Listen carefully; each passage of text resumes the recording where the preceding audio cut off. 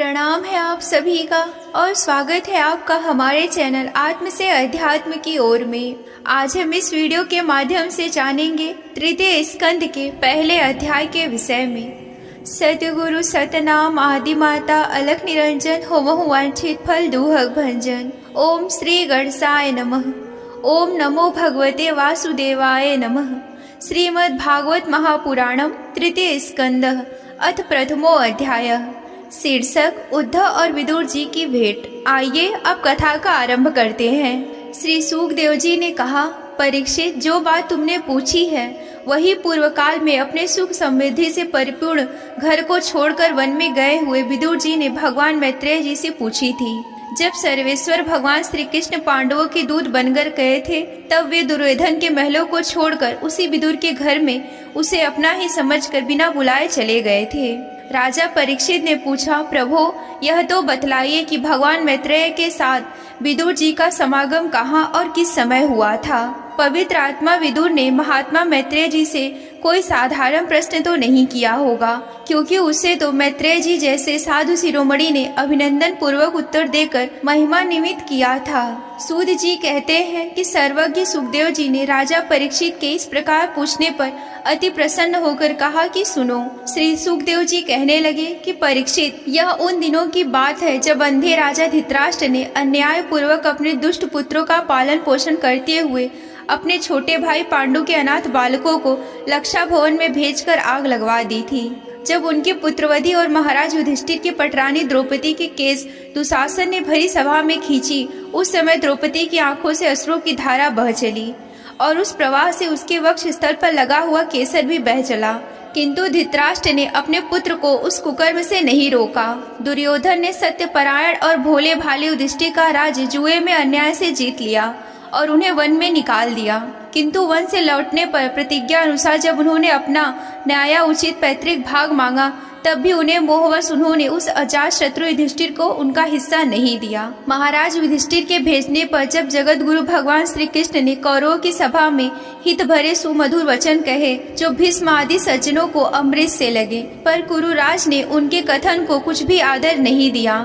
देते भी कैसे, उनके तो सारे पुण्य नष्ट हो चुके थे। जब सलाह के लिए विदुर जी को बुलाया गया, तब मंत्रियों में श्रेष्ठ विदुर जी ने राजभवन में जाकर बड़े भाई धृतराष्ट्र के पूछने पर उनसे वह सम्मति दी जिसे नीति शास्त्र के जानने वाले पुरुष विदुर नीति कहते हैं। उन्होंने कहा कि महाराज, आप अजात शत्रु महात्मा युधिष्ठिर को उनका हिस्सा दे दीजिए। वे आपके न सहने योग्य अपराध को भी सह रहे हैं। भीमरूप काले नाग से तो आप भी बहुत डरते हैं। देखिए, वह अपने छोटे भाइयों सहित बदला लेने के लिए बड़े क्रोध से फुफकारे मार रहा है। आपको पता नहीं कि भगवान श्री कृष्ण ने पांडवों को अपना लिया है। वे यदुवीरों के आराध्य देव इस समय अपनी राजधानी द्वारिकापुरी में विराजमान हैं। उन्होंने पृथ्वी के सभी बड़े बड़े राजाओं को अपने अधीन कर लिया है तथा ब्राह्मण और देवता भी उन्हीं के पक्ष में हैं। जिसे आप पुत्र मानकर पाल रहे हैं तथा जिसकी हाँ में हाँ मिलाते जा रहे हैं, उस दुर्योधन के रूप में तो मूर्तिमान दोष ही आपके घर में घुसा बैठा है।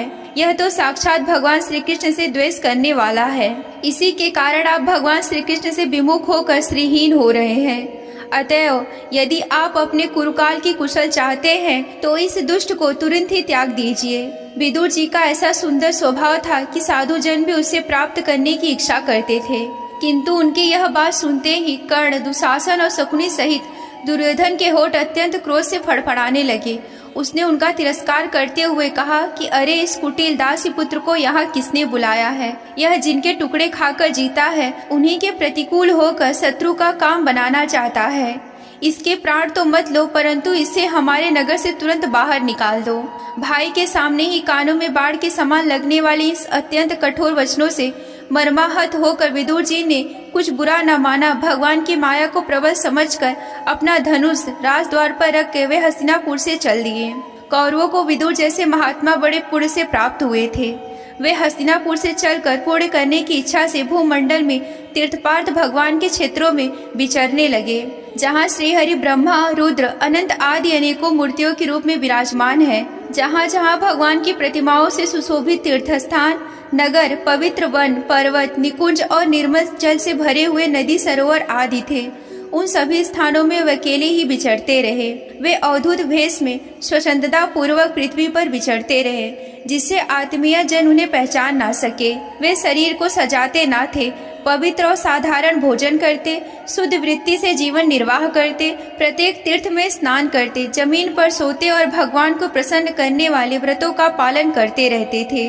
इस प्रकार भारतवर्ष में विचरते विचरते जब तक वे प्रभा सभा क्षेत्र पहुँचे, तब तक भगवान श्री कृष्ण की सहायता से महाराज युधिष्ठिर पृथ्वी का एक छत्र अखंड राज्य करने लगे थे। वहाँ उन्होंने अपने कौरव बंधुओं के विनाश का समाचार सुना, जो आपस की कलह के कारण परस्पर लड़ भिड़कर उसी प्रकार नष्ट हो गए थे, जैसे अपनी रगड़ से उत्पन्न हुई आग से बांसों का सारा जंगल जलकर राख हो गया था। यह सुनकर वे शोक करते हुए चुपचाप सरस्वती के तीर पर आ गए। वहाँ उन्होंने त्रित, उष्णा, मनु, पृथु, अग्नि, आसित, वायु, सुदाश, गौ, गुह और श्राद्ध देव के नामों से प्रसिद्ध 11 तीर्थों का सेवन किया। इनके सिवाय पृथ्वी में ब्राह्मण और देवताओं के स्थापित किए हुए जो भगवान विष्णु के और भी अनेकों मंदिर थे, जिनके शिखरों पर भगवान के प्रधान आयुध चक्र के चिन्ह थे और जिनके दर्शन मात्र से श्री कृष्ण का स्मरण हो जाता था, उनका भी सेवन किया। वहां से चलकर वे धन्य धानपुर, सौराष्ट्र, शौबीर, मस्त और कुरुजांगल आदि देशों से होते हुए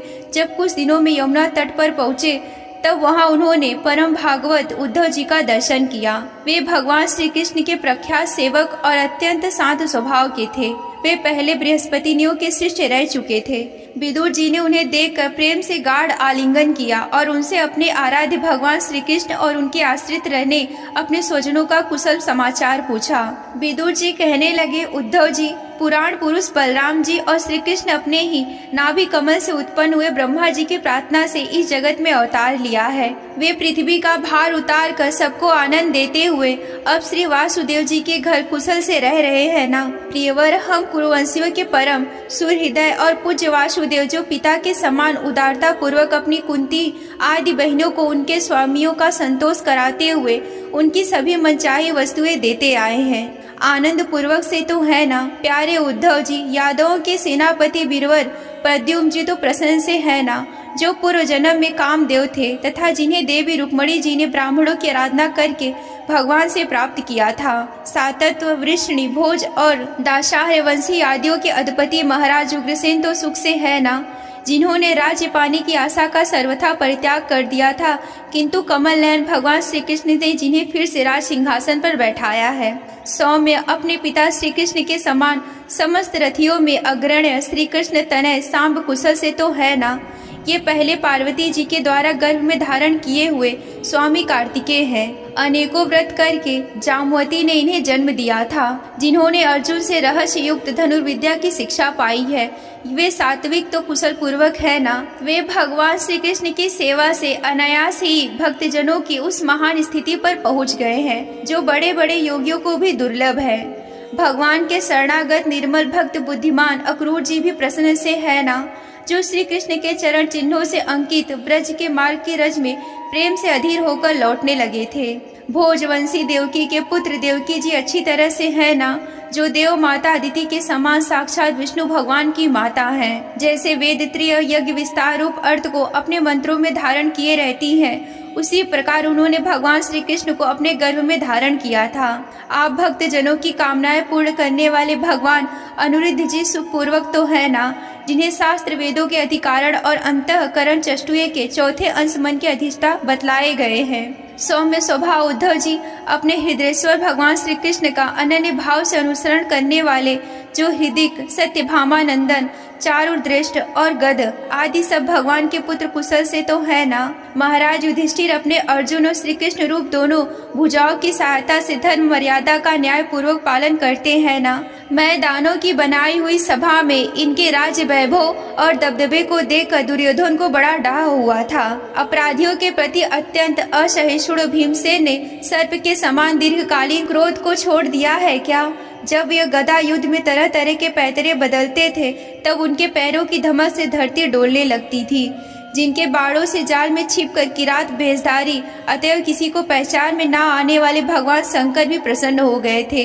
वे रथी और युद्धपतियों का सुयश बढ़ाने वाले गांडीवधारी अर्जुन तो प्रसन्न से है ना, अब वे उनके सभी शत्रु शांत हो चुके होंगे। पलक जिस प्रकार नेत्रों की रक्षा करते हैं, उसी प्रकार कुंती के पुत्र युधिष्ठिर आदि जिनकी सर्वदा संभाल रखते हैं और कुंती के ही जिनका लालन पालन किया है, वे माद्री के यमज पुत्र नकुल और सहदेव कुशल से तो है ना। उन्होंने युद्ध में शत्रु से अपना राज उसी प्रकार छीन लिया जैसे गरुड़ इंद्र के मुख से अमृत निकाल लाए थे। अहो, बेचारी कुंती को राजश्री श्रेष्ठ पांडु के वियोग में मित्र प्रायसी होकर भी इन बालकों के लिए अपने प्राण धारण किए हुए हैं। रथियों में श्रेष्ठ महाराज पांडु ऐसे अनुपम वीर थे कि उन्होंने केवल एक धनुष लेकर ही अकेले चारों दिशाओं को जीत लिया था। सौम्य स्वभाव उद्धव जी, मुझे तो अधः पतन की ओर ले जाने वाले उन धृतराष्ट्र पुत्रों के लिए बार बार शोक होता है जिन्होंने पांडवों के रूप में अपने परलोकवासी भाई पांडु से ही द्रोह किया है तथा अपने पुत्र के ही हाँ में हाँ मिलाकर अपने हित चिंतक मुझको भी नगर से निकलवा दिया है। किंतु भाई, मुझे इसका कोई भी खेद अथवा आश्चर्य नहीं है। जगत विधाता भगवान श्री कृष्ण ही मनुष्यों की लीलाएं करके लोगों के मनोवृत्तियों में ही भ्रमित कर देते हैं। मैं तो उन्हीं की कृपा से उनकी महिमा को देखता हुआ दूसरों की दृष्टि से दूर रहकर सानंद विचर रहा हूँ। यद्यपि कौरवों ने उनके बहुत से अपराध किए, फिर भी भगवान ने उनकी इसलिए उपेक्षा कर दी कि वे उनके साथ दुष्ट राजाओं को भी मारकर अपने शरणागतों का दुख दूर करना चाहते थे, जो धन विद्या और जाति के मध्य से अंधे होकर कुमारगामी हो रहे थे और बार बार अपनी सेनाओं से पृथ्वी को कपा रहे थे। उद्धव जी, भगवान श्री कृष्ण जन्म और कर्म से रहित हैं, फिर भी दुष्टों का नाश करने के लिए, लोगों को अपनी ओर आकर्षित करने के लिए उनके दिव्य जन्म कर्म हुआ करते हैं। नहीं तो भगवान की बात ही क्या, दूसरे लोग जो गुणों से पार हो गए हैं, उनमें ऐसा कौन है जो इस कर्माधीन देह के बंधन में पड़ना चाहेगा। अतः मित्र, जिन्होंने अजन्मा होकर भी अपने शरण में आए हुए समस्त लोकपाल और आज्ञाकारी भक्तों को प्रिय करने के लिए यदुकुल में जन्म लिया है, उन पवित्र कीर्ति श्री हरि की बातें सुनाओ।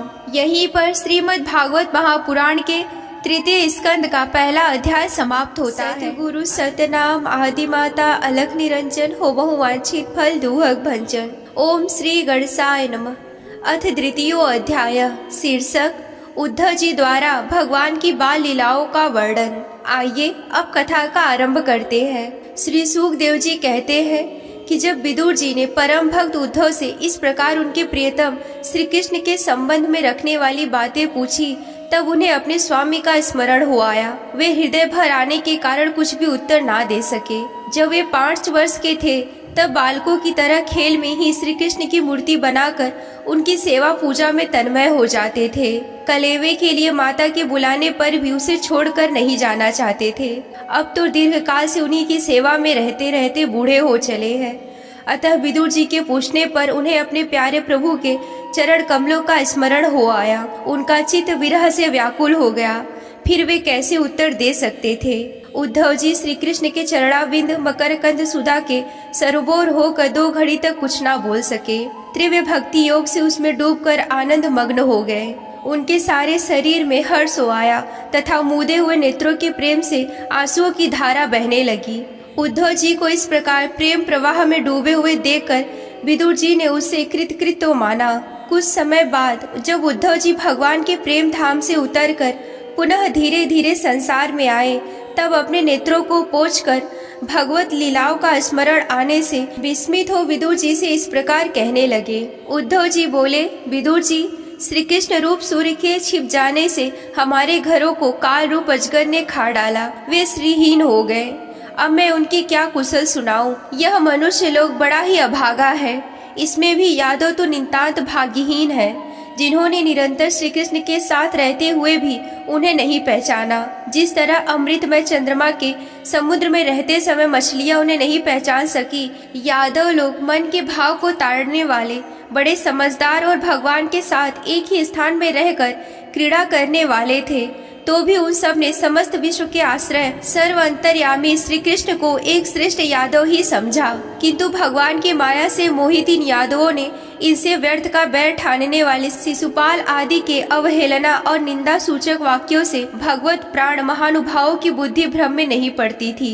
जिन्होंने कभी तप नहीं किया, उन लोगों को भी इतने दिनों तक दर्शन देकर उनकी दर्शन लालसा से तृप्त किए बिना ही वे भगवान श्री कृष्ण अपने त्रिभुवन मोहन श्री विग्रह को छिपाकर अंतर ध्यान हो गए और इस प्रकार उन्होंने मानव नेत्रों को ही छीन लिया है। भगवान ने अपनी योग माया का प्रभाव दिखाने के लिए मानव लीलाओं के योग जो दिव्य श्री विग्रह प्रकट किया था, वह इतना सुंदर था कि उसे देखकर सारा जगत तो मोहित हो ही जाता, वे स्वयं भी विस्मित हो जाते थे। सौभाग्य और सुंदरता की पराकाष्ठा थी उस रूप में, उससे आभूषण भी विभूषित हो जाते थे। धर्मराज युधिष्ठिर के राजसूय यज्ञ में जब भगवान के उस नयनाभिराम रूप पर लोगों की दृष्टि पड़ी थी, तब त्रिलोकी ने यही माना था कि मानव सृष्टि की रचना में विधाता की जितनी चतुराई है, सब इसी रूप में पूरी हो गई है। उनके प्रेमपूर्ण हास्य विनोद तथा लीला में चितवन से सम्मानित होने पर ब्रज बालाओं की आंखें उन्हीं की ओर लग जाती थी और उनका चित्र भी ऐसा तल्लीन हो जाता था कि वे घर के काम धंधों को अधूरा छोड़कर जड़ पुतलियों की तरह वहीं पर खड़ी रह जाती थी। चराचर जगत और प्रकृति के स्वामी भगवान ने जब अपने शांत रूप महात्माओं को अपने ही घोर रूप असुरों के सताए जाते हुए देखा, तब वे करुणा भाव से द्रवित हो गए और अजन्मा होने पर भी अपने अंश बलराम जी के साथ काष्ठ में अग्नि के समान प्रकट हुए।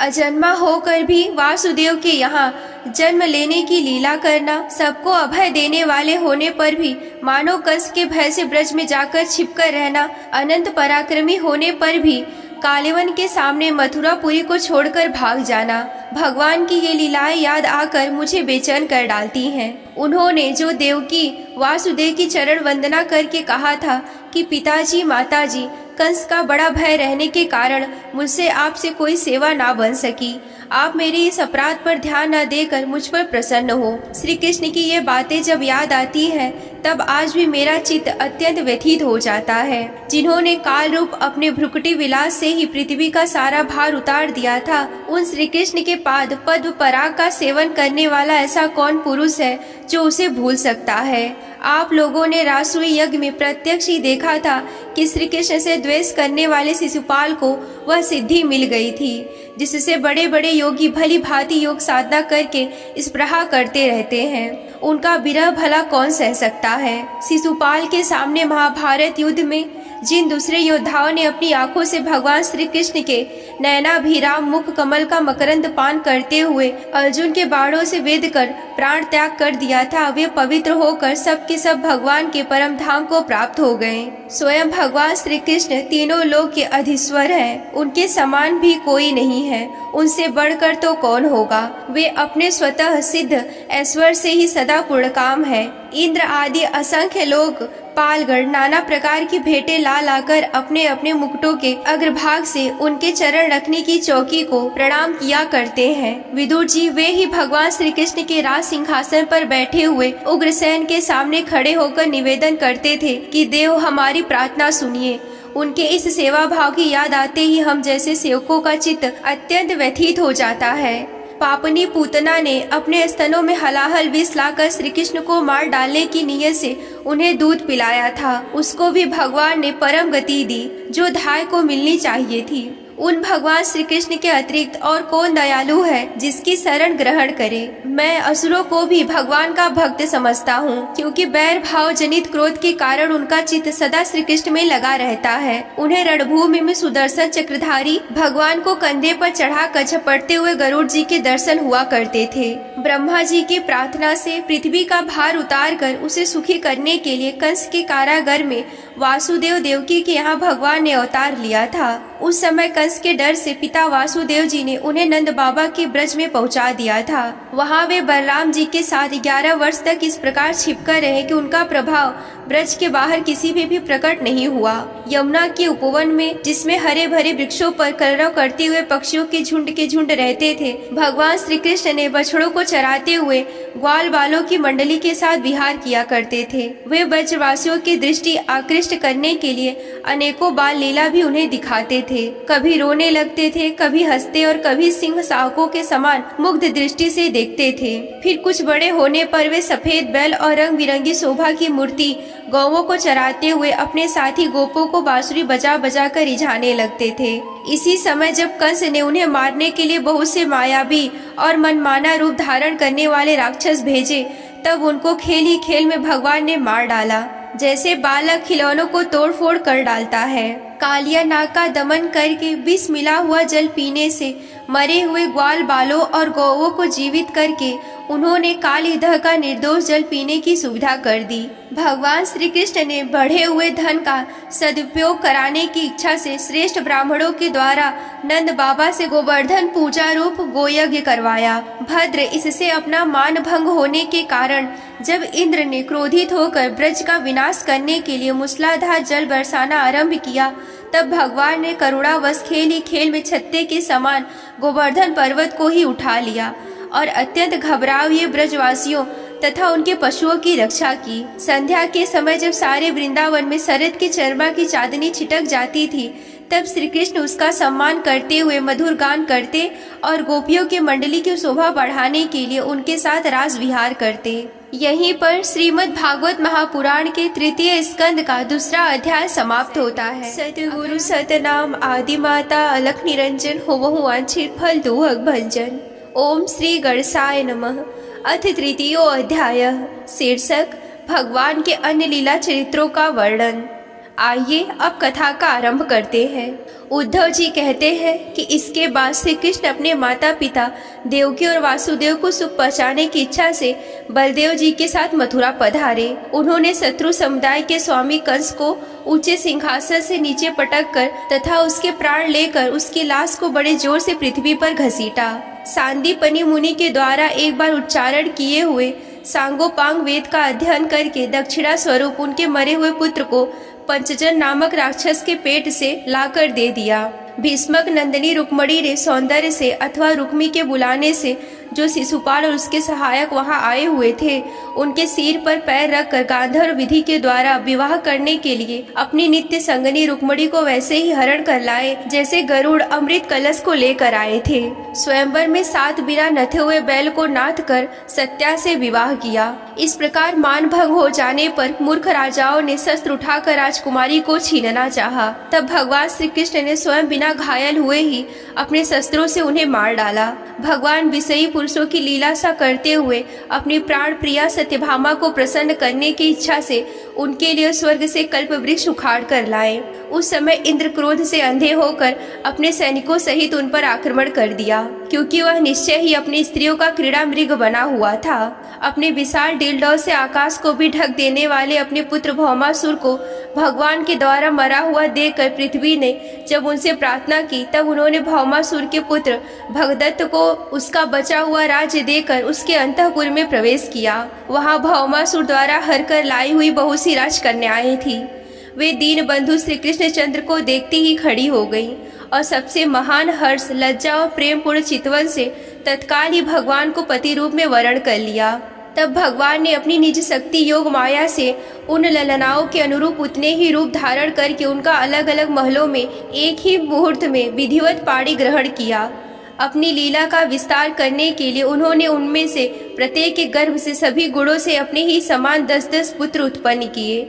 जब कालिवन, जरासंध और सालवादी ने अपनी सेनाओं के साथ मथुरा और द्वारिकापुरी को घेरा था, तब भगवान ने निज जनों को अपनी अलौकिक शक्ति देकर उन्हें स्वयं मरवाया था। संबर, द्विज, बाणासुर, मुर, बलवल और दत्तवक आदि सभी योद्धाओं में से किसी को भी उन्होंने स्वयं नहीं मारा था, किसी को दूसरों से ही मरवाया था। इसके बाद उन्होंने अपने भाई धृतराष्ट्र और पांडु के पुत्रों का पक्ष लेकर आए हुए राजाओं को भी संहार किया, जिनके सेना सहित कुरुक्षेत्र में पहुंचने पर पृथ्वी डगमगाने लगी थी। कर्ण, दुशासन और शकुनी की खोटी सलाह से जिसकी आयु और श्री दोनों नष्ट हो चुकी थी, तथा भीमसेन की गदा से जिसकी जांघें टूट गई थी, जब दुर्योधन को अपने साथियों सहित पृथ्वी पर पड़ा देखकर भी उन्हें प्रसन्नता ना हुई। वे सोचने लगे, यदि द्रोण, भीष्म, अर्जुन और भीमसेन के द्वारा इस 18 अक्षौहिणी सेना विपुल संहार हो गया भी, तो इसके बाद पृथ्वी का कितना भार हल्का हुआ होगा। अभी तो मेरे अंशरूप प्रद्युम्न आदि के बल से बढ़े हुए यादवों का दुहस दल बना ही हुआ था। जब ये मधुपान से मतवाले हो लाल लाल आंखें करके आपस में लड़ने लगेंगे, तब उस समय इनका नाश होगा। इसके सिवाय और कोई भी उपाय नहीं है। असल में मेरे संकल्प करने से ये स्वयं ही अंतर ध्यान हो जाएंगे। यो सोचकर भगवान ने युधिष्ठिर को अपने पैतृक राजगद्दी पर बिठाया और अपने सभी सगे संबंधियों को सत्पुरुषों का मार्ग दिखाकर आनंदित किया। उत्तरा के उधर में अभिमन्यु के पूर्वंश का बीज स्थापित किया था। वह भी अश्वत्थामा के ब्रह्मास्त्र से नष्ट हो चुका था, किंतु भगवान ने उसे बचा लिया। उन्होंने धर्मराज युधिष्ठिर के 3 अश्वमेध यज्ञ करवाए। वे भी श्री कृष्ण के अनुगामी होकर अपने छोटे भाइयों की सहायता से पृथ्वी की रक्षा करते हुए बड़े आनंद से रहने लगे। विश्वात्मा भगवान ने द्वारिकापुरी में रहकर लोक और वेद की मर्यादा का पालन करते हुए सब प्रकार के भोग भोगे, किंतु सांख्य योग की स्थापना करने के लिए उनमें कभी आसक्त नहीं हुए। मधुर मुस्कान, स्नेहमयी चितवन, सुधामयी वाणी, निर्मल चरित्र तथा समस्त शोभा और सुंदरता के निवास अपने श्री विग्रह के लोक परलोक तथा विशेषता यादवों को आनंदित किया था, तथा रात्रि में अपनी प्रियाओं के साथ क्षणिक अनुराग युक्त होकर समयोचित विहार किया। इस प्रकार उन्हें भी सुख दिया। इस तरह बहुत वर्षों तक विहार करते करते उन्हें गृहस्थ आश्रम संबंधी भोग सामग्रियों से वैराग्य हो गया। ये भोग सामग्रियां ईश्वर के अधीन हैं और जीव भी उन्हीं के अधीन है। जब योगेश्वर भगवान श्री कृष्ण को ही उनसे वैराग्य हो गया, तब भक्ति योग के द्वारा उनका अनुगम करने वाला भक्त तो उन पर ही विश्वास कैसे करेगा। एक बार द्वारिकापुरी में खेलते हुए यदुवंशी और भोजवंशी बालकों ने खेल खेल में कुछ मुनीश्वर को चिढ़ा दिया था। तब यादव कुल का नाश ही भगवान को अभिष्ट है, यह समझकर उन ऋषियों ने बालकों को शाप दे दिया। इससे कुछ महीनों बाद भाग्यवश वृष्टि, भोज और अंधक वंशी यादव बड़े हर्ष से रथों पर चढ़कर प्रभास क्षेत्र को गए। वहां स्नान करके उन्होंने तीर्थ के जल से पितर, देवता और ऋषियों का तर्पण किया तथा ब्राह्मणों को श्रेष्ठ गौवें दी। उन्होंने सोना, चांदी, सया, वस्त्र, मृग चर्म, कंबल, पालकी, रथ, हाथी, कन्याएं और ऐसी भूमि जिससे जीविका चल सके, नाना प्रकार के सरस अन्न भी भगवत दर्पण करके ब्राह्मणों को दिए। इसके पश्चात गौवें और ब्राह्मणों के लिए प्राण धारण करने वाले वीरों ने पृथ्वी पर सिर टेककर उन्हें प्रणाम किया। यहीं पर श्रीमद् भागवत महापुराण के 3 स्कंद का 3 अध्याय समाप्त होता है। सतगुरु सतनाम आदि माता अलख निरंजन, होबहु वांछित फल दुहक भंजन। ओम श्री गणेशाय नमः। अथ चतुर्थो अध्याय। शीर्षक उद्धव जी से विदा होकर विदुर जी का मैत्रेय ऋषि के पास जाना। आइए अब कथा का आरंभ करते हैं। उद्धव जी ने कहा, फिर ब्राह्मणों की आज्ञा पाकर यादवों ने भोजन किया और वारुणी मदिरा पी। उससे उनका ज्ञान नष्ट हो गया और वे दुर्वचनों से एक दूसरे के हृदय को चोट पहुंचाने लगे। मदिरा के नशे से उनकी बुद्धि बिगड़ गई।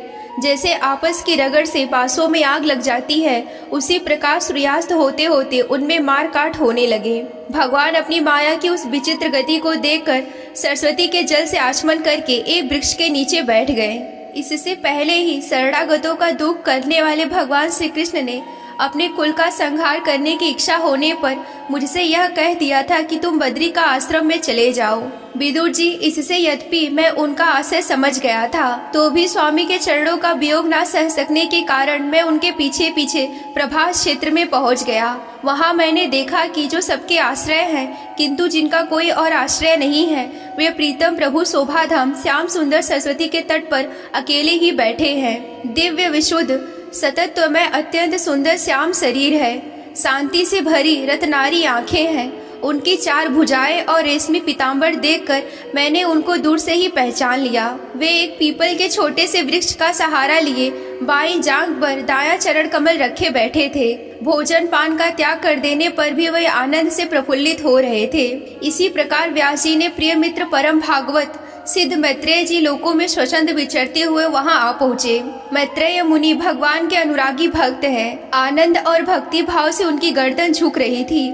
उनके सामने ही श्री हरि प्रेम और मुस्कान युक्त चितवन से मुझे आनंदित करते हुए कहा। श्री भगवान जी कहने लगे कि मैं तुम्हारी आंतरिक अभिलाषा जानता हूँ, इसीलिए मैं तुम्हें वह साधन देता हूँ जो दूसरों के लिए अत्यंत ही दुर्लभ है। उद्धव, तुम पूर्व जन्म में वसु थे। विश्व की रचना करने वाले प्रजापतियों और वसुओं के यज्ञ में मुझे पाने की इच्छा से तुमने मेरी आराधना की थी। साधु स्वभाव उद्धव, संसार में तुम्हारा यह अंतिम जन्म है, क्योंकि इसमें तुमने मेरे अनुग्रह को प्राप्त कर लिया है।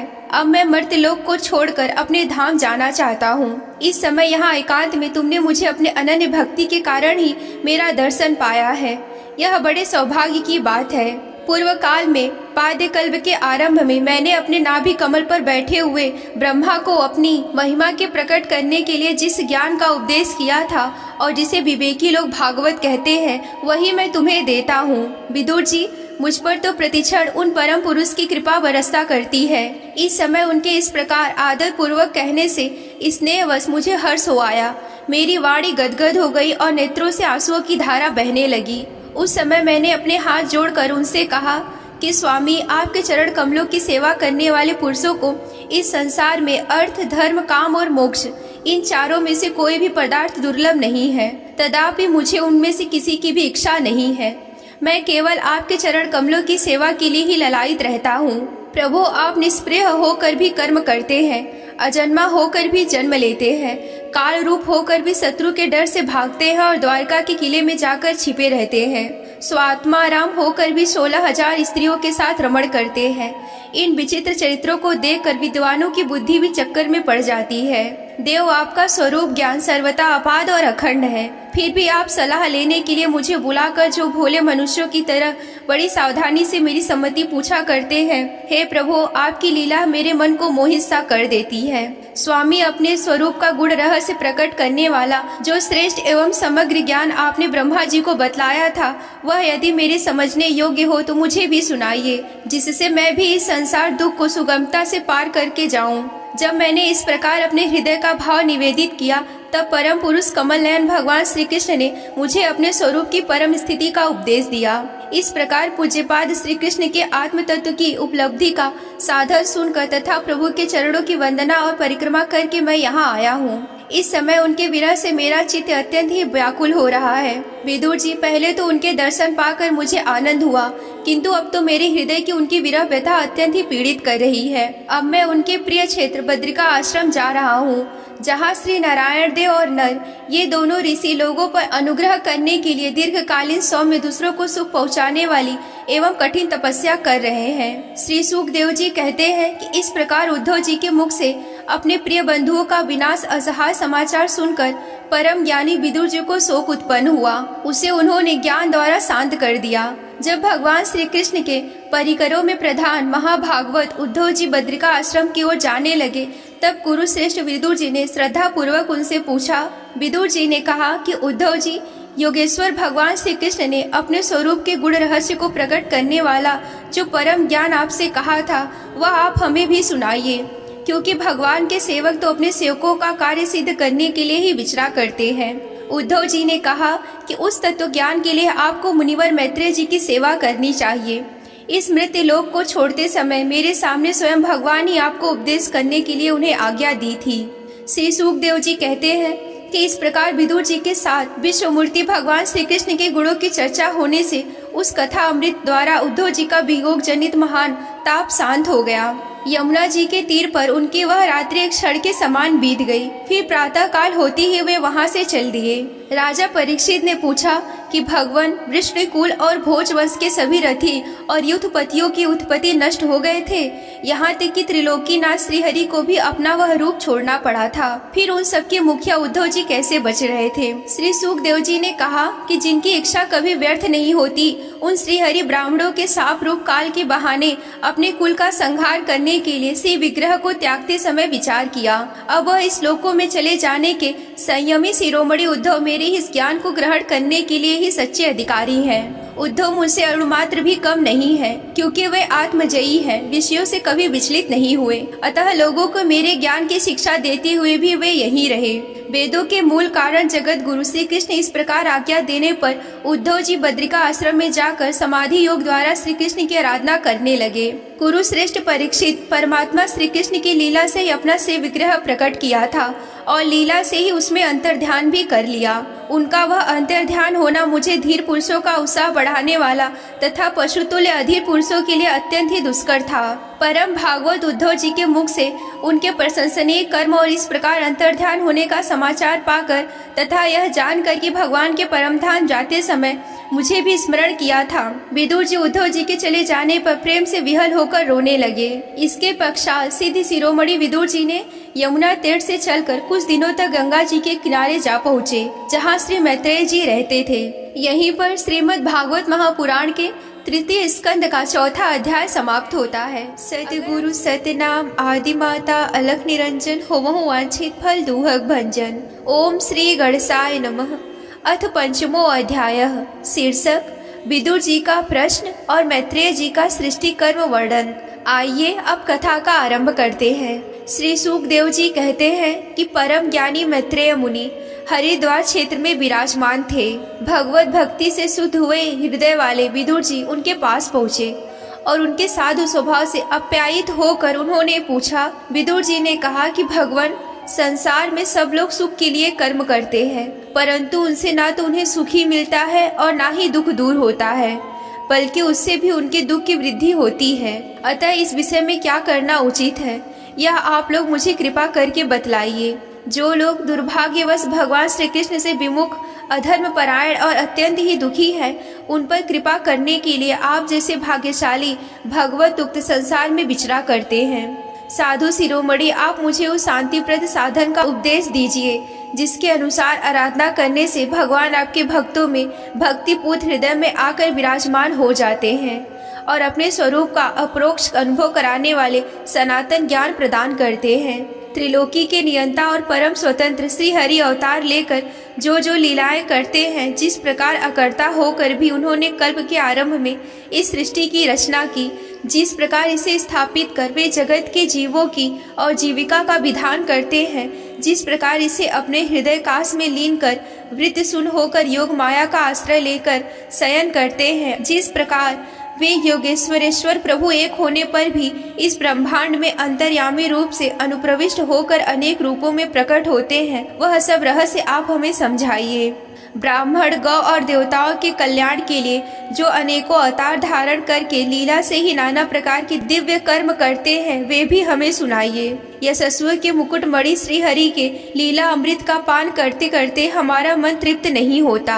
हमें यह भी सुनाइए कि उन समस्त लोकपतियों के स्वामी श्री हरि इन लोकों, लोकपालों और लोक पर्वतों से बाहर के भागों को, जिनमें ये सब प्रकार के प्राणियों के अधिकार अनुसार भिन्न भिन्न भेद प्रतीत हो रहे हैं, किन तत्वों से रचा गया है।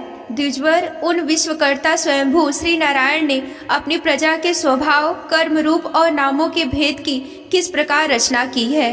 भगवान, मैंने श्री व्यास जी के मुख से ऊंच नीच वर्णों के धर्म तो कई बार सुने हैं, किंतु अब श्री कृष्ण कथा अमृत के प्रवाह को छोड़कर अन्य किसी स्वल्प सुखदायक धर्मों से मेरा चित्त उपसा गया है। उन तीर्थपाद श्री हरि के गुणानुवाद से तृप्त हो भी कौन सकता है। उनका तो नारद आदि महात्मा गण भी आप जैसे साधुओं के समाज में कीर्तन करते रहते हैं, तथा जब ये मनुष्यों के कर्ण रंध्रों में प्रवेश करते हैं, तब उनकी संसार चक्र में डालने वाली घर गृहस्थी की आसक्ति को काट डालते हैं। भगवान, आपके सखा मुनिवर कृष्ण द्वैपायन ने भी भगवान के गुणों का वर्णन करने की इच्छा से ही महाभारत रचा है। उसमें भी विषय सुखों का उल्लेख करते हुए भी मनुष्यों की बुद्धि को भगवान की कथाओं की ओर लगाने का ही प्रयत्न किया गया है। यह भगवत कथा की रुचि श्रद्धालु पुरुष के हृदय में जब बढ़ने लगती है, तब अन्य विषयों से उसे विरक्त कर देती है। वह भगवत चरणों के निरंतर चिंतन से आनंद मग्न हो जाता है और उस पुरुष के सभी दुखों का तत्काल अंत हो जाता है। मुझे तो उन सोचनीयों के भी सोचनीय अज्ञानी पुरुषों के लिए निरंतर खेद रहता है, जो अपने पिछले पापों के कारण श्री हरि की कथाओं से विमुख रहते हैं। हाय, काल भगवान उनके अमूल्य जीवन को काट रहे हैं और वे वाणी, देह और मन से व्यर्थ वाद विवाद, व्यर्थ चेष्टा और व्यर्थ चिंतन में लगे रहते हैं। मैत्रेय जी, आप दीनों पर कृपा करने वाले हैं, अतः भौरों जैसे फूल में से रस निकाल लेता है, उसी प्रकार इन लौकिक कथाओं में से इनकी सारभूता परम कल्याणी पवित्र कीर्ति श्री हरि की कथाएं छाट कर हमारे कल्याण के लिए सुनाइए। उन सर्वेश्वर ने संसार की उत्पत्ति, स्थिति और संहार करने के लिए अपनी माया शक्ति को स्वीकार कर राम कृष्ण आदि अवतारों के द्वारा जो अनेकों अलौकिक लीलाएं की है, वे सब मुझे सुनाइए। श्री सुखदेव जी कहते हैं कि जब विदुर जी ने जीवों के कल्याण के लिए इस प्रकार प्रश्न किया, तब मुनि श्रेष्ठ भगवान मैत्रेय जी ने उनकी बहुत बड़ाई करते हुए यो कहा। श्री मैत्रेय जी बोले, साधु स्वभाव विदुर जी, आपने सब जीवों पर अत्यंत ही अनुग्रह करके यह बड़ी अच्छी बात पूछी है। आपका चित्त तो सर्वदा भगवान में ही लगा रहता है, तथापि संसार में भी आपका बहुत बड़ा सुयश फैलेगा। आप श्री व्यास जी के औरस पुत्र हैं, इसीलिए आपके लिए यह कोई बड़ी बात नहीं है कि आप अन्य भाव से सर्वेश्वर श्री हरि के ही आश्रित हो गए हैं। आप प्रजा को दंड देने वाले भगवान यम ही हैं। मांडव्य ऋषि का श्राप होने के कारण ही आपने श्री व्यास जी के वीर से उनके भाई विचित्र वीर्य के भोग पत्नी दासी के गर्भ से जन्म लिया है। आप सर्वदा ही श्री भगवान और उनके भक्तों को अत्यंत ही प्रिय हैं। इसीलिए आप भगवान के निज धाम पधारते समय मुझे आपके ज्ञान उपदेश करने की आज्ञा दे गए हैं। इसीलिए अब मैं जगत की उत्पत्ति, स्थिति और लय के लिए योग माया के द्वारा विस्तारित हुए भगवान की विभिन्न लीलाओं का क्रमशः वर्णन करता हूँ। सृष्टि रचना के पूर्व समस्त आत्माओं के आत्मा एक पूर्ण परमात्मा ही थे। ना दृष्टा था और ना ही दृश्य था। सृष्टि काल में अनेक वृत्तियों से भेद जो अनेकता दिखाई पड़ती थी वह वही थे, क्योंकि उनकी इच्छा अकेले रहने की थी। वे ही दृष्टा होकर देखने लगे, परंतु उन्हें दृश्य दिखाई नहीं पड़ा, क्योंकि उस समय वे ही अद्वितीय रूप में प्रकाशित हो रहे थे। ऐसी अवस्था में वे अपने को असत समान समझने लगे। वस्तुतः वे असत नहीं थे, क्योंकि उनकी शक्तियाँ सोई हुई थीं। उनके ज्ञान का लोप नहीं हुआ था। यह दृष्टा और दृश्य का अनुसंधान करने वाली शक्ति ही कार्य कारण रूपा माया है। महाभाग विदुर जी, इस भाव रूप अनिर्वचनीय माया के द्वारा ही भगवान ने इस विश्व का निर्माण किया है। काल शक्ति से जब यह त्रिगुणमयी माया शोभ को प्राप्त हुई, तब उन इंद्रायती चिन्मय परमात्मा ने अपने अंश पुरुष रूप से ही उसमें चिदाभास रूप में बीज स्थापित किया। जब काल की प्रेरणा से उस अपव्यक्त माया से महतत्व प्रकट हुआ, वह मिथ्या अज्ञान का नाशक होने के कारण विज्ञान स्वरूप और अपने में सूक्ष्म रूप से स्थित प्रपंच की अभिव्यक्ति करने वाला था। फिर चिदाभास गुण और काल के अधीन उस महतत्व के भगवान के दृष्टि पड़ने पर इस विश्व की रचना के लिए अपना रूप रूपांतर किया। महतत्व के विकृत होने पर अहंकार की उत्पत्ति हुई, जो कार्य अभिभूत, कारण अव्याम और कर्ता अधिदेव के रूप में होने के कारण भूत, इंद्रिय और मन का कारण है। वह अहंकार वैकारिक, सात्विक, तेजस, राजस और तामस भेद के 3 प्रकार का है। अतः अहंतत्व में विकार होने पर वैकारिक अहंकार से मन और जिसमें यह विषयों का ज्ञान होता है, वे इंद्रियों के अधिष्ठाता देवता हुए। तेजस अहंकार से ज्ञानेंद्रिया और कामेंद्रिया हुई, तथा तामस अहंकार से सूक्ष्म भूतों का कारण शब्द तंत्र मात्रा हुआ, और उससे दृष्टांत रूप से आत्मा का बोध कराने वाला आकाश उत्पन्न हुआ। भगवान की दृष्टि जब आकाश पर पड़ी, तब उससे फिर काल, माया और चिदाभास के योग से स्पर्श तंत्र मात्रा हुआ, और उसके विकृत होने पर उससे वायु की उत्पत्ति हुई। अत्यंत बलवान वायु ने आकाश सहित विकृत होकर रूप तंत्र मात्रा की रचना और संसार में प्रकाश का तेज उत्पन्न हुआ। फिर परमात्मा की दृष्टि पड़ने पर माया और चिदंश के योग से विकृत होने पर रसतन मात्र के कार्य जल को उत्पन्न किया। तदंतर तेज से युक्त जल ने ब्रह्मा का दृष्टिपात होने पर काल, माया और चिदंश के योग से गंध गुणमयी पृथ्वी को उत्पन्न किया। विदुर जी, इन आकाश आदि भूतों में से जो भूत पीछे पीछे उत्पन्न हुए हैं, उनमें से क्रमशः अपने पूर्व की भूतों के गुण भी अनुगत समझने चाहिए। ये महत तत्वादि के अभिमानी विकार, विक्षेप और चेतनांश विशिष्ट देवगण भी श्री भगवान के ही अंश है, किंतु पृथक पृथक रहने के कारण जब यह विश्व रचना रूप अपने कार्य में सफल नहीं हुए, तब हाथ जोड़कर भगवान से कहने लगे। देवताओं ने कहा कि देव, हम आपके चरण कमलों की वंदना करते हैं। यह अपनी शरण में आए हुए जीवों का ताप दूर करने के लिए छत्र के समान तथा इनका आश्रय लेने से यतिजन अनंत संसार दुख को सुगमता से दूर फेंक देते हैं। जगत कर्ता जगदीश्वर इस संसार में तापत्रय से व्याकुल रहने के कारण जीवों को जरा भी शांति नहीं मिलती। इसीलिए भगवान हम आपके चरणों की ज्ञानमयी छाया का आश्रय लेते हैं। मुनिजन एकांत स्थान में रहकर आपके मुख कमल का आश्रय लेने वाले वेद मंत्र रूप पक्षियों के द्वारा जिनका अनुसंधान करते रहते हैं तथा जो संपूर्ण पाप नाशनी नदियों में श्रेष्ठ श्री गंगा जी का उद्गम स्थान है, आपके उन परम पावन पाद पद्यों को हम आश्रय लेते हैं। हम आपके चरण कमलों की उस चौकी का आश्रय ग्रहण करते हैं जिससे भक्तजन श्रद्धा और श्रवण कीर्तन आदि रूप से भक्ति का परिमार्जित अंतःकरण में धारण करके वैराग्य पुष्ट ज्ञान के द्वारा परम धीर हो जाते हैं। आप इस संसार की उत्पत्ति स्थिति और संहार के लिए ही अवतार लेते हैं। अतः हम सब आपके चरण कमलों की शरण लेते हैं जो अपना स्मरण करने वाले भक्तजनों को अभय कर देते हैं। जिन पुरुषों का देह गेह और उनसे संबंध रखने वाले अन्य तुच्छ पदार्थों में अहंता ममता का दृढ़ दुराग्रह है, उनके शरीर में आपके अंतर्यामी रूप से रहने पर भी जो अत्यंत दूर है, आपके चरण बिंदु से हम भजते रहते हैं। परम यशस्वी परमेश्वर इंद्रियों के विषयाभिमुख रहने के कारण जिनका मन सर्वदा बाहर ही भटकता करता है, वे पामर लोग आपके विलासपूर्ण याद विन्यास की शोभा के विशेषज्ञ भक्तजनों का दर्शन नहीं कर पाते। इसी से वे आपके चरणों से दूर रहते हैं। देव आपके कथा अमृत का पान करने से उमड़ी हुई भक्ति के कारण जिनका अंतःकरण निर्मल हो गया है, वे लोग वैराग्य से ही जिसका सार है ऐसा आत्मज्ञान प्राप्त करके अनायास ही आपके वैकुंठ धाम को चले जाते हैं। दूसरे धीर पुरुष चित्त निरोध रूप से समाधि के बल से आपकी बलवती माया को जीतकर आप में ही लीन हो जाया करते हैं, पर उन्हें श्रम बहुत होता है, किंतु आपकी सेवा के मार्ग में कुछ भी कष्ट नहीं होता। आदिदेव आपने सृष्टि रचना की इच्छा से हमें त्रिगुणमय रचा है, इसीलिए विभिन्न स्वभाव वाले होने के कारण हम आपस में मिल नहीं पाते।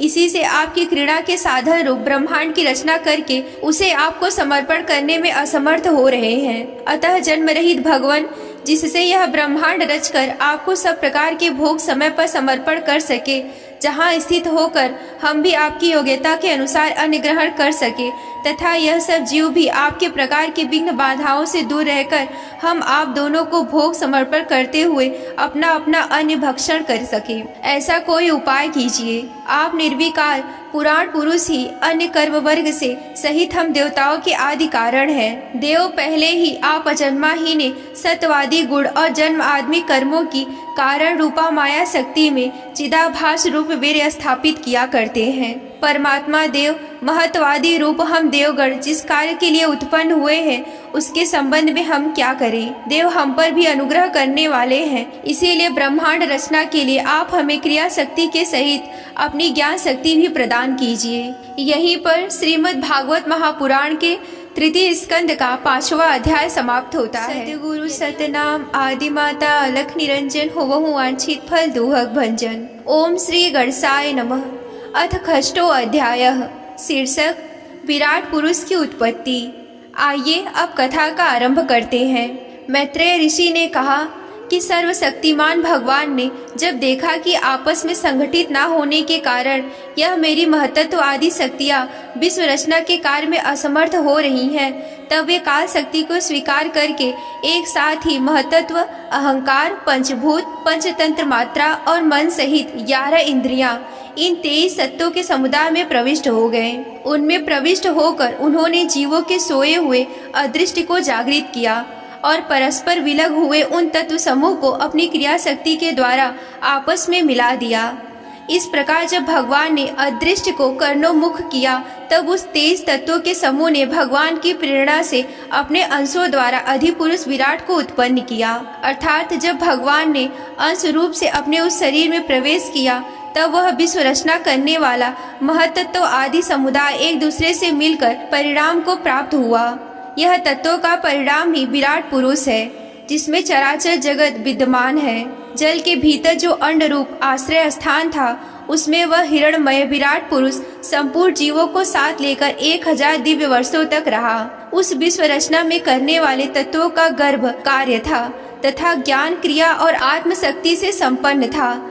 इस शक्तियों से उसने स्वयं अपने क्रमशः 1 हृदय रूप, 10 प्राण रूप और 3 आध्यात्मिक आधि दैविक और आधि भौतिक विभाग किए। यह विराट पुरुष ही प्रथम जीव होने के कारण समस्त जीवों का आत्मा, जीव रूप होने के कारण परमात्मा का अंश और प्रथम अभिव्यक्त होने के कारण भगवान का आदि अवतार है। यह संपूर्ण भूत समुदाय इसी में प्रकाशित होता है।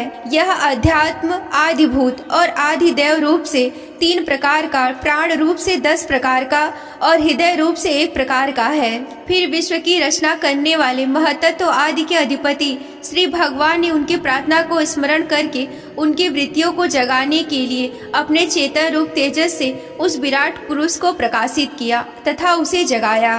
उसके जागृत होते ही देवताओं के लिए कितने स्थान प्रकट हुए, यह मैं तुमको बतलाता हूँ, तुम इसे ध्यान से सुनो। विराट पुरुष के पहले मुख प्रकट हुआ, उसमें लोकपाल अग्नि अपने अंश वागींद्रियों के समेत प्रविष्ट हो गया, जिससे यह जीव बोलता है। फिर विराट पुरुष के तालु उत्पन्न हुआ, उसमें लोकपाल वरुण अपने अंश रसेंद्रियों के सहित स्थित हुआ, जिससे जीव रस ग्रहण करता है। इसके पश्चात उस विराट पुरुष के नथुन प्रकट हुए, उसमें दोनों अश्वनी कुमार अपने अंश घ्राणेन्द्रियों समेत प्रविष्ट हुए, जिससे जीव गंध ग्रहण करता है। इसी प्रकार जब विराट पुरुष ने देह से आंखें प्रकट हुई, तब उसमें अपने अंश नेत्रेंद्रिया के सहित लोकपति सूर्य ने प्रवेश किया, जिस नेत्रेंद्रियों से पुरुष को विविध रूपों का ज्ञान होता है। फिर उस विराट विग्रह में त्वचा उत्पन्न हुए, उसमें अपने अंश त्वचा इंद्रियों ने सहित वायु स्थित हुआ, जिसे त्वचा इंद्रियां जीव स्पर्श का अनुभव करता है। जब इसके कर्ण छिद्र प्रकट हुए, तब उसमें अपने अंश श्रवणेन्द्रियां सहित दिशाओं ने प्रवेश किया, जिस श्रवण इंद्रियों से जीव को शब्द का ज्ञान होता है। फिर विराट शरीर में चर्म उत्पन्न हुआ, उसमें अपने अंश से रोमों सहित औषधियां स्थित हुई, जिस रोमों से जीव खुजली आदि का अनुभव करता है। अब उसके लिंग उत्पन्न हुआ, अपने इस आश्रय में प्रजापति ने अपने अंश व्रीहि के सहित प्रवेश किया, जिससे जीव आनंद का अनुभव करता है। फिर विराट पुरुष के गुदा प्रकट हुई, उसमें लोकपाल मित्र ने अपने अंश पायु इंद्रियों सहित प्रवेश किया, इससे जीव मल का त्याग करता है। इसके पश्चात उसके हाथ प्रकट हुए, उनमें अपने ग्रहण त्याग रूपा शक्ति सहित देवराज इंद्र ने प्रवेश किया। इस शक्ति से जीव अपनी जीविका को प्राप्त करता है। जब इसके चरण उत्पन्न हुए, तब उसमें अपनी शक्ति गति के सहित लोकेश्वर विष्णु ने प्रवेश किया। इस गति शक्ति द्वारा जीव अपने गंतव्य स्थान पर पहुंचता है।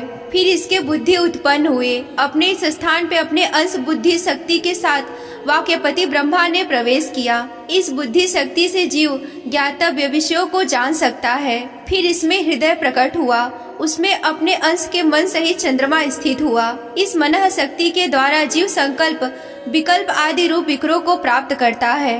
तत्पश्चात विराट पुरुष में अहंकार उत्पन्न हुआ, इसमें अपने आश्रय क्रिया शक्ति सहित अभिमान रुद्र ने प्रवेश किया, इससे जीव अपने कर्तव्य को स्वीकार करता है। अब इसमें चित्त प्रकट हुआ, उसमें चित्त शक्ति के सहित महतत्व ब्रह्मा स्थित हुआ। इस चित्त शक्ति से जीव विज्ञान चेतना को उपलब्ध करता है। इस विराट पुरुष के सिर से स्वर्गलोक, पैरों से पृथ्वी और नाभि से अंतरिक्ष आकाश उत्पन्न हुआ है।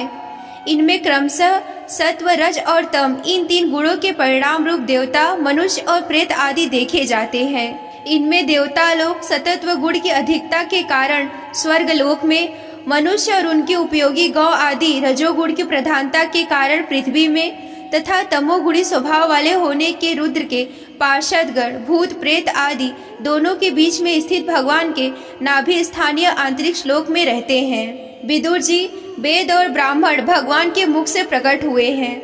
मुख से प्रकट होने के कारण ही ब्राह्मण सभी वर्णों में श्रेष्ठ और सबका गुरु है।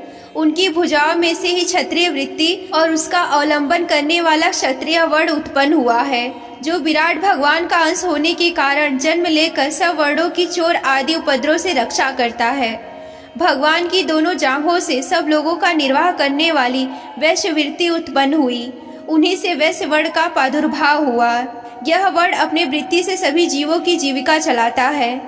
फिर सब धर्मों की सिद्धि के लिए भगवान के चरणों से सेवा वृत्ति प्रकट हुई, उन्हीं से पहले पहल उस वृत्ति का अधिकारी शुद्ध वर्ण भी प्रकट हुआ, जिसकी वृत्ति श्री हरि प्रसन्न हो जाते हैं। ये चारों वर्ण अपनी अपनी वृत्तियों सहित जिनसे उत्पन्न हुए हैं, उन अपने गुरु श्री हरि का अपने अपने धर्मों से चित्त शुद्धि के लिए श्रद्धा पूर्वक पूजन करते हैं। विदुर जी, यह विराट पुरुष काल, कर्म और स्वभाव शक्ति से युक्त भगवान की योग माया से प्रभाव को प्रकट करने वाला है। इसके स्वरूप का पूरा पूरा वर्णन करने का कौन साहस कर सकता है। तथापि प्यारे विदुर जी, अन्य व्यवहारिक चर्चाओं से अपवित्र हुई अपनी वाणी को पवित्र करने के लिए जैसी मेरी बुद्धि है, जैसा मेरा गुरु मुख से सुना है, श्री हरि का सुयश वर्णन करता रहता हूँ। महापुरुषों का मत है कि पूर्ण श्लोक शिरोमणि श्री हरि के गुणों का गान करना ही मनुष्य की वाणी तथा विद्वानों के मुख से भगवत कथा अमृत का पान करना ही उनके कानों का सबसे बड़ा लाभ है। वर्ष हम ही नहीं, आदि कवि ब्रह्मा जी ने 1000 दिव्य वर्षों तक अपनी योग परिपक्व बुद्धि से विचार किया, तो भी क्या वे भगवान की अमित महिमा का पार पा सके। अतः भगवान की माया बड़े बड़े मायावियों को मोहित कर देने वाली है, उसके चक्कर में डालने वाली चाल अनंत है। अतः स्वयं भगवान भी उसकी था नहीं लगा सकते, फिर दूसरों की तो बात ही क्या है। जहाँ ना पहुंचकर मन के सहित वाणी भी लौट आती है, तथा जिनका पार पाने में अहंकार भी अभिमानी रुद्र, अन्य इंद्र आदि अधिष्ठा देवता भी समर्थ नहीं है, उन श्री भगवान को हम नमस्कार करते हैं। यहीं पर श्रीमद् भागवत महापुराण के तृतीय स्कंद का 6वां अध्याय समाप्त होता है। अगर आप श्रीमद् भागवत महापुराण की कथा में रुचि रखते हैं और विस्तार पूर्वक उनका वर्णन सुनना चाहते हैं, तो हमारे चैनल आत्म से अध्यात्म की ओर को सब्सक्राइब कर लीजिए। आज के वीडियो में बस इतना ही, मिलते हैं अगले वीडियो में। तब तक के लिए आप सभी को जय आदि शक्ति भोलेनाथ जी, हर हर महादेव।